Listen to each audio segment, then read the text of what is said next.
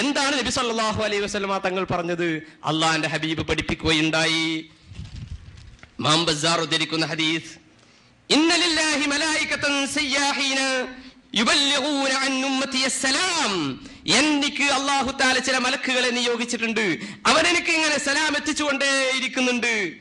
അല്ലാഹു തആല എനിക്ക് സലാം എത്തിച്ചു തരാൻ വേണ്ടി പ്രത്യേകമായ ഒരു തരം മലക്കുകളെ അല്ലാഹു തആല നിയോഗിച്ചിട്ടുണ്ട്. പിന്നീട് അല്ലാഹു പറയുന്നു, അല്ലാഹുവിന്റെ റസൂൽ പറയുന്നു, വഖാല റസൂലുള്ളാഹി സ്വല്ലല്ലാഹു അലൈഹി വസല്ലം ഹയാതി ഖൈറുൽ ലക്കും, എന്റെ ജീവിതം നിങ്ങൾക്ക് ഖൈറാൻ, തുഹദ്ദിസൂന വയുഹദ്ദസു ലക്കും, ഞാൻ നിങ്ങളോട് സംസാരിക്കുന്നു, നിങ്ങൾ എന്നോട് സംസാരിക്കുന്നു, വഫാതി ഖൈറുൽ ലക്കും, എന്റെ വഫാത്തും നിങ്ങൾക്ക് ഖൈറാൻ, തുറദു അലൈയ അഅമാലുക്കും, എങ്ങനെയാണ് വഫാത്ത് ഖൈറാകുന്നത്?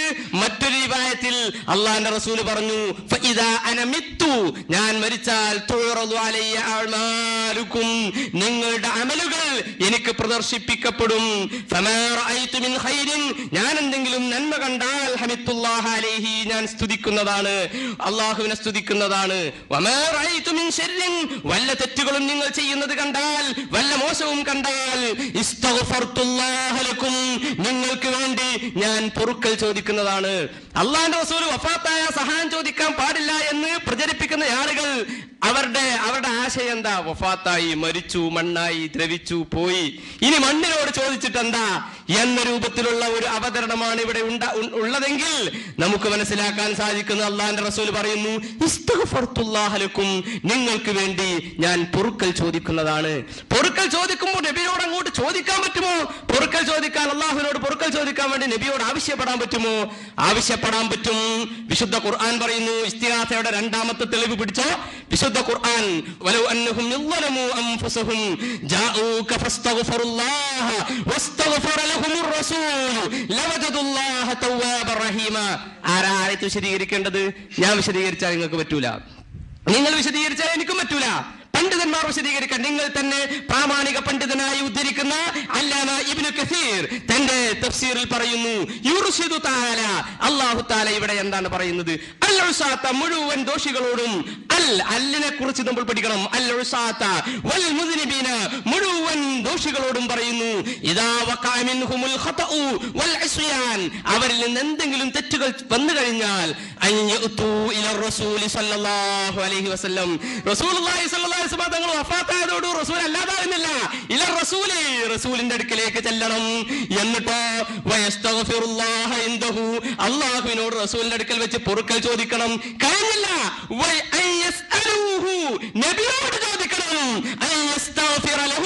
അവർക്ക് പുറത്തു കിട്ടാൻ വേണ്ടി, അല്ലാഹു അവർക്ക് വേണ്ടി പൊറുക്കൽ ചോദിക്കാൻ വേണ്ടി നബിയോട് ചോദിക്കണം. നബിയോട് ചോദിക്കണമെന്ന് ദോഷികളോട്. ഇപ്പോ ദോഷം ചെയ്താൽ ദോഷിയാവൂലേ? ദോഷിയാകും.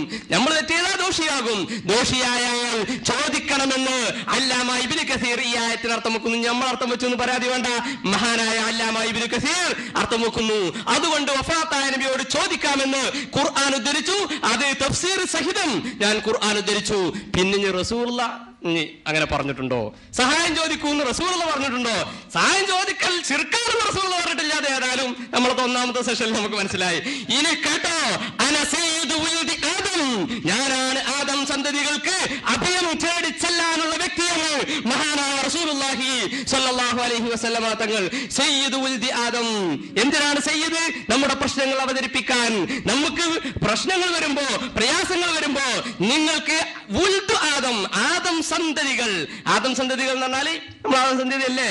ആണ്. ഇപ്പൊ നമുക്കൊക്കെ നമ്മുടെ പ്രശ്നങ്ങൾ അവതരിപ്പിക്കാൻ ഉള്ള വ്യക്തിയാണ്, ഉള്ള നേതാവാണ് റസൂലുള്ളാഹി സ്വല്ലല്ലാഹു അലൈഹി വസല്ലമ തങ്ങൾ. ഇമാം തുർമുദി ഉദ്ധരിക്കുന്ന ഹദീസ്, വലാ ഫഖറ, ഞാൻ ഫഖർ പറയുകയല്ല, ഹദീസിലുണ്ട്. അതുകൊണ്ട് എന്തായിപ്പോ ഖുർആനിൽ ഇസ്തിഗാസ ചെയ്യാൻ പാടില്ല എന്ന് ഒരൊറ്റ, നബി സല്ലല്ലാഹു വഫാത്തായ നബിയോട് ഇസ്തിഗാസ ചെയ്യൽ ശിർക്കാണെന്ന് ഖുർആനിൽ ഒരൊറ്റ ആയത്തില്ല, ഹദീസിൽ ഒരൊറ്റ ഹദീസില്ല.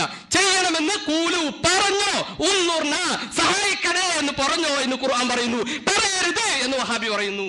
പിന്നെ പറയുന്നത്